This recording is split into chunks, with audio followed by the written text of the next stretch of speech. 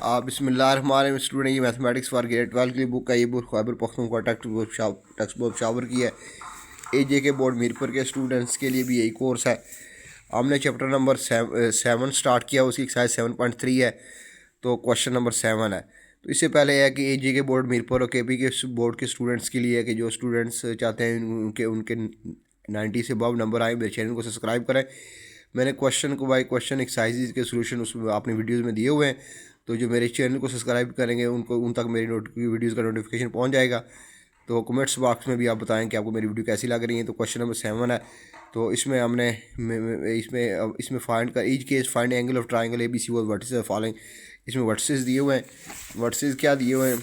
ए vertices आपको दिया हुआ है, ए आपको दिया हुआ है 1,2 और B आपको दिया हुआ है 4,2 और C वर्टिसेस आपको दिया हुआ है -2, 3। सबसे पहले आप ऐसे एक ट्रायंगल बना लें, ऐसे कोई ट्रायंगल बना लें, एक ट्रायंगल बना लें। ये A है, ये आपके पास B है, ये आपके पास C है। तो A आपके पास क्या है 1,2, 1,2, B है 4,2, C है -2,3।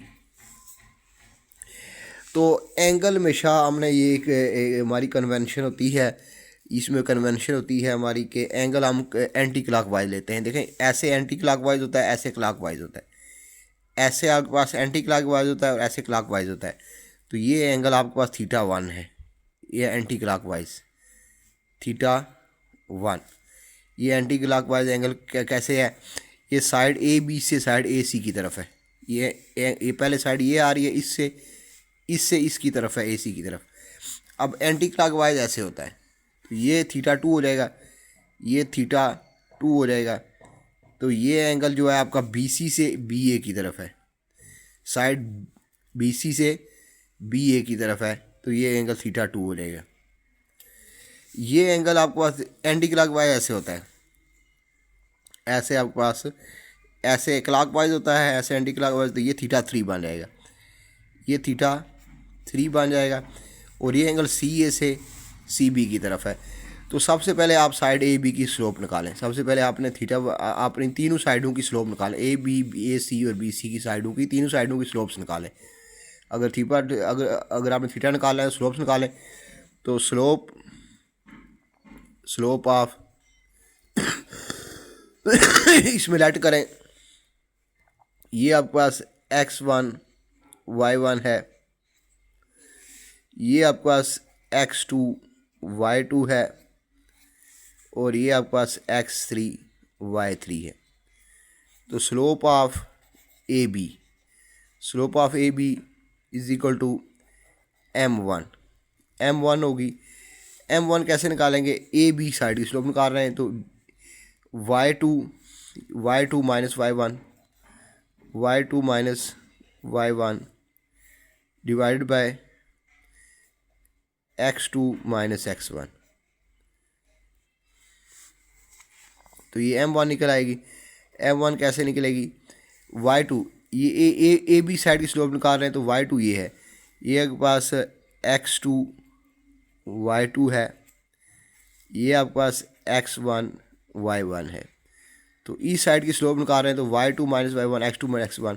तो y2 आपके पास क्या है 2, y2 आपके पास 2 है, 2 माइनस y1 आपके पास 2 है, y1 भी 2 है, तो ये 2 आ जाएगा। x2 आपके पास 4 है, 4 माइनस x1 आपके पास 1 है, तो यहाँ से आपके पास 0 डिवाइड बाई 3, तो ये 0 निकल आई, ये स्लोप आपके पास 0 निकल आई है। अब आप एंगल θ1 निकालना है, तो इस साइड की स्लोप और इसकी निकालें, तो slope of side AC, slope of AC वो आपके पास क्या है इज इक्वल टू m2। ये आपके पास x3 y3 है। तो ये एक साइड है, ये साइड है, तो y3 माइनस y1, ये आपके पास आएगा y3 minus y1 x3 minus x1। तो इस साइड की स्लोप आपके पास निकल आई, y3 आपके पास 3 है माइनस y1, y1 2 है,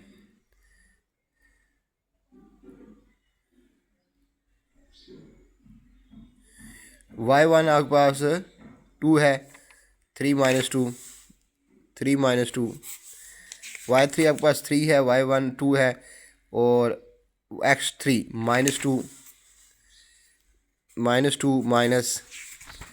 x1 जो है 1 है, 1 ऊपर आपके पास 1 आ गया, नीचे -3 आ गया, तो ये स्लोप निकल आई -1/3। तो ये आपके पास m2 है। अब आप तीसरी साइड की स्लोप निकालें, ए सी ए बी की निकाल ली है, ए सी की भी निकालें, बी सी साइड की निकालें। तो slope of side B C, slope of B C is equal to m3 है। तो ये इस साइड की स्लोप पे कैसे निकालेंगे, B C A B B C C A, इस साइड की स्लोप कैसे निकालेंगे, बी सी की y3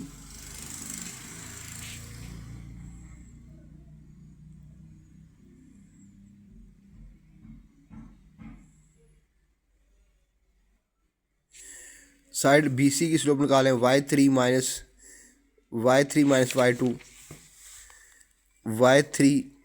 y2 divided by x3 minus x2।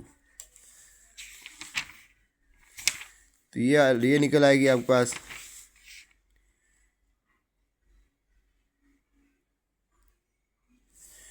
ये आपके पास निकल आएगी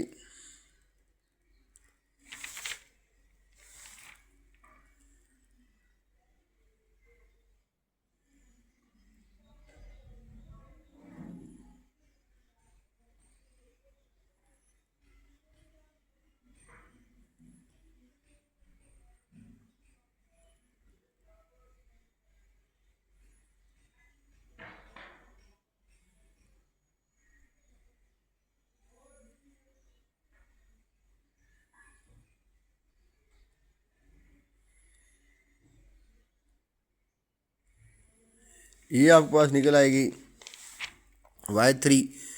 y3 माइनस y2। y3 आपके पास 3 है और y2 आपके पास 2 है, डिवाइडेड बाय y3 आपके पास 3 है, y2 आपका 2 है, x3 -2 है, x3 -2 है, और x2 आपके पास 4 है, -4।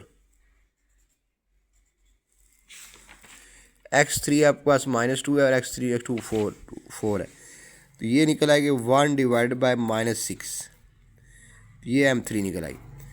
अब आप सिंपल फार्मूला लगाएं, θ1 एंगल है आपका साइड ए बी से बी ए सी की तरफ, यानी कि एंटी क्लॉकवाइज, ऐसे एंटी क्लॉकवाइज होता है, घड़ी ऐसे घूमती है, और ये एंटी क्लॉकवाइज होता है, ये angle anti clockwise angle positive होते हैं और क्लॉकवाइज नेगेटिव होते हैं। तो साइड ए बी से ए सी की तरफ है, तो tan θ1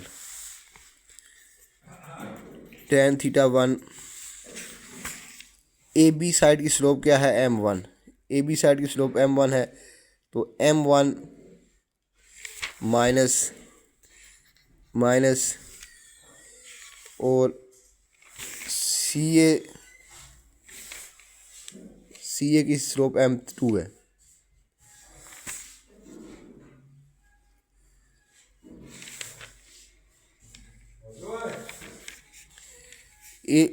इसकी स्लोप जो है ए बी साइड की m1 है, और इसकी जो है ए सी की स्लोप m2 है, तो ये आएगा m1 minus m2 1 plus m1 m2।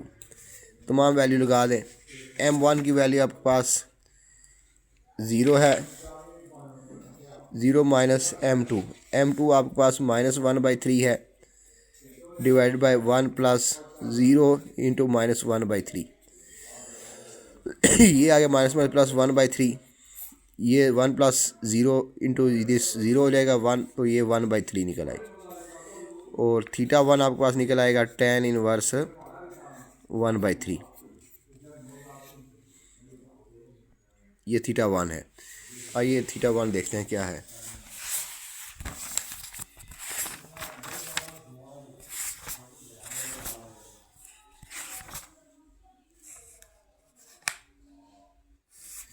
इसके अंदर आंसर नहीं दिए हुए।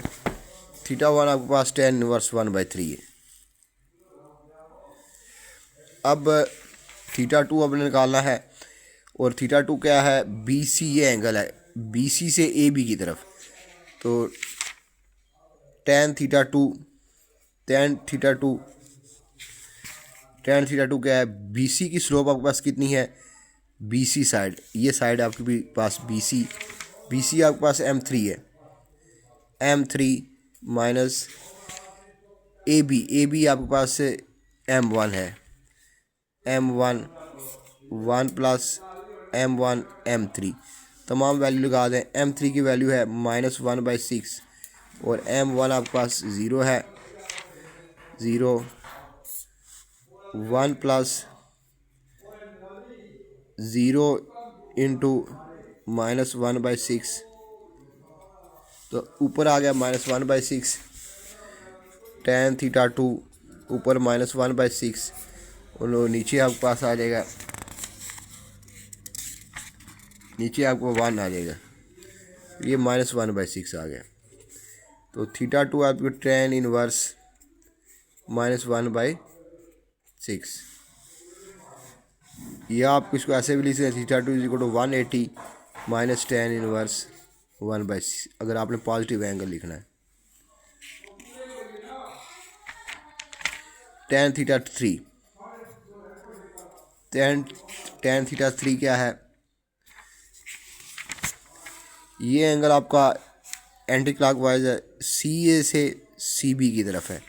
तो CA की स्लोप आपके पास क्या है, साइड CA की स्लोप आपके पास M2 है, तो ये आएगा M2 minus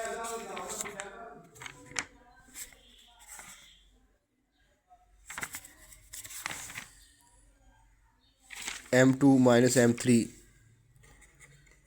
1 plus M2 M3। तो M2 आपके पास क्या है, CA M2 -1/3 माइनस M3 आपके पास -1/6 है, -1/6 1 प्लस -1/3 -1/6,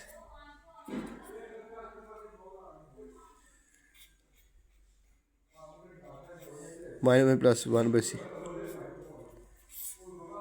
1 प्लस 1/18, ऊपर एल्शियम आपके पास आ गया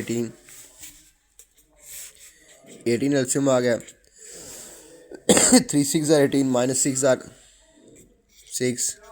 6 3 are 3, नीचे आएगा 18 प्लस 1 डिवाइड बाई 18 से 18 कैंसल, ऊपर -3 नीचे 19।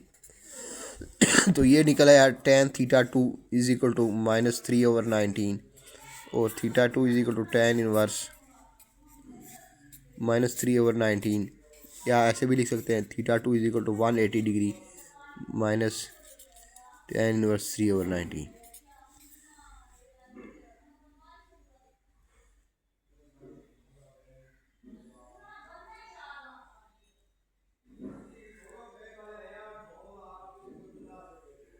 तो इस तरह ये आपने क्वेश्चन कर लिया है। ठीक है, अल्लाह हाफिज़।